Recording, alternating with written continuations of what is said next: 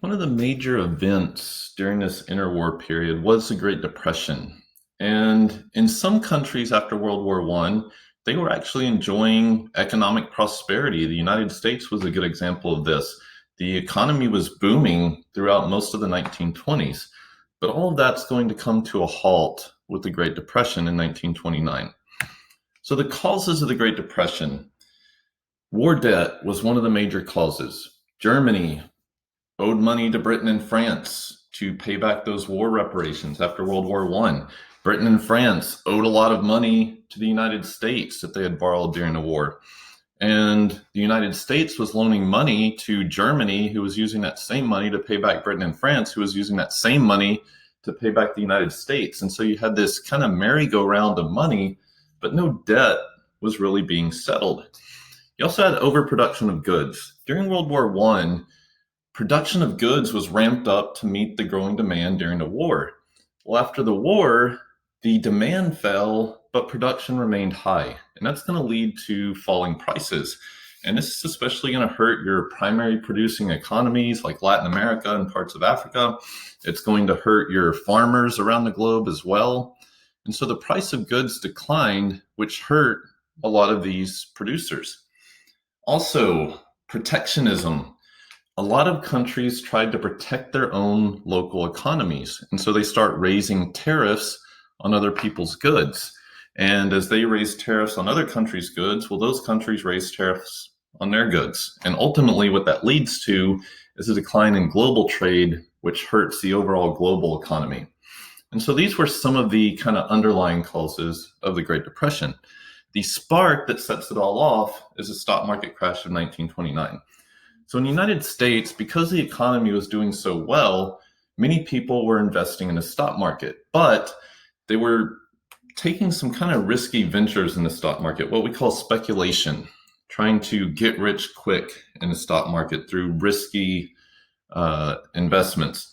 Also, what we call buying on margin, borrowing large amounts of money and investing that money in the stock market.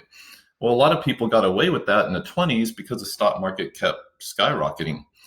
But on Black Thursday, October 24th, 1929, and then the following Tuesday, Black Tuesday, stock prices are going to plummet. And people panicked. And as the stock prices declined by 10% and then another 11%, people responded by pulling out of the stock market, and that just caused stock prices to plummet even further. And so many of these investors lost their life savings as the stock market continued to crash. And with that, we also had bank failures, especially in the United States. And people began to panic and started making a run on banks and pulling all their money out of the banks as well. And the banks didn't have the money to provide the people. And so many banks across the United States are going to fail. And if your bank collapsed, you lost your life savings. And ultimately, it's really the bank failures that hurt more people in the United States than the stock market crash. So as a result of the stock market crash and now the ensuing Great Depression, the world economy begins to contract. And we're going to see widespread business failures. We see unemployment rates around the globe skyrocket, and industrial production declines. In fact, in some regions, industrial production is going to drop by half or so.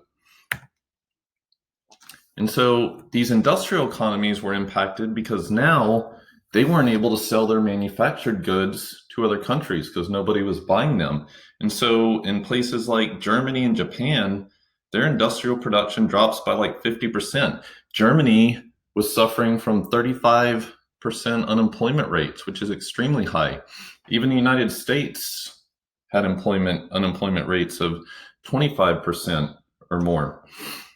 It's also going to impact your primary producing economies, though, because as these industrialized nations were hit by the Great Depression, well, they weren't producing as much. And so that also meant that they weren't buying as many raw materials and cash crops. Plus, the price of these cash crops plummeted as well. And so even places like Latin America and Africa, who depended on the export of cash crops and raw materials, they were hit hard by the Great Depression as well. There's really only a few regions of the globe that weren't impacted by the Great Depression. China was less impacted because their economy was under foreign control. If you remember, they were divided into those kind of spheres of influence. And so they weren't as tied into the global economy. And so they were hit less hard than many parts of the globe. And the other exception is the Soviet Union. And in the Soviet Union, even though they were communist, at least they offered full employment and kind of basic necessities. And so in the midst of the Great Depression, the communist regime of the Soviet Union actually looked somewhat appealing. When we look at reactions to the Great Depression, first off, there was enormous personal suffering. Millions of people struggled for both basic necessities, food, clothing, and shelter. We see marriage and birth rates decline. We see suicide rates greatly increase as well. We see an increase in social divisions because the upper classes weren't hit as hard and less affected than the lower classes. And so that led to conflict between your wealthy and your lower classes. We see the government respond in different ways as well. We see a whole lot of what we call protectionism, where governments tried to protect their own national economy, and so they raised tariffs on other people's goods. But because of this protectionism, international trade is going to drop by 66% in the first 3 years of the Great Depression. We also see some governments begin massive deficit spending to try to stimulate the economy, give money to the unemployed as well. And then again, some nations weren't as impacted like the Soviet Union. The Soviet Union had full employment. Most of their population at least had their basic needs kind of met. And so again, it's one of the few times in history where communism did look appealing to many. As far as economic experimentation goes, we're going to see many nations experiment with new economic ideas. And so when we look at capitalism, the basic belief of capitalism up until the Great Depression was that it was self-correcting.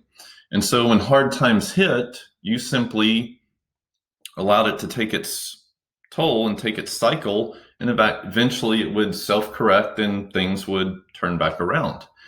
Well, John M. Keynes comes in and says, no, that's not the way capitalism worked. He said, with capitalism, in hard times, the government has to play an active role in stimulating the economy. The government has to spend money through deficit spending, even spending money they don't have, on public works and creating jobs and things like that in order to stimulate the economy and get it going again.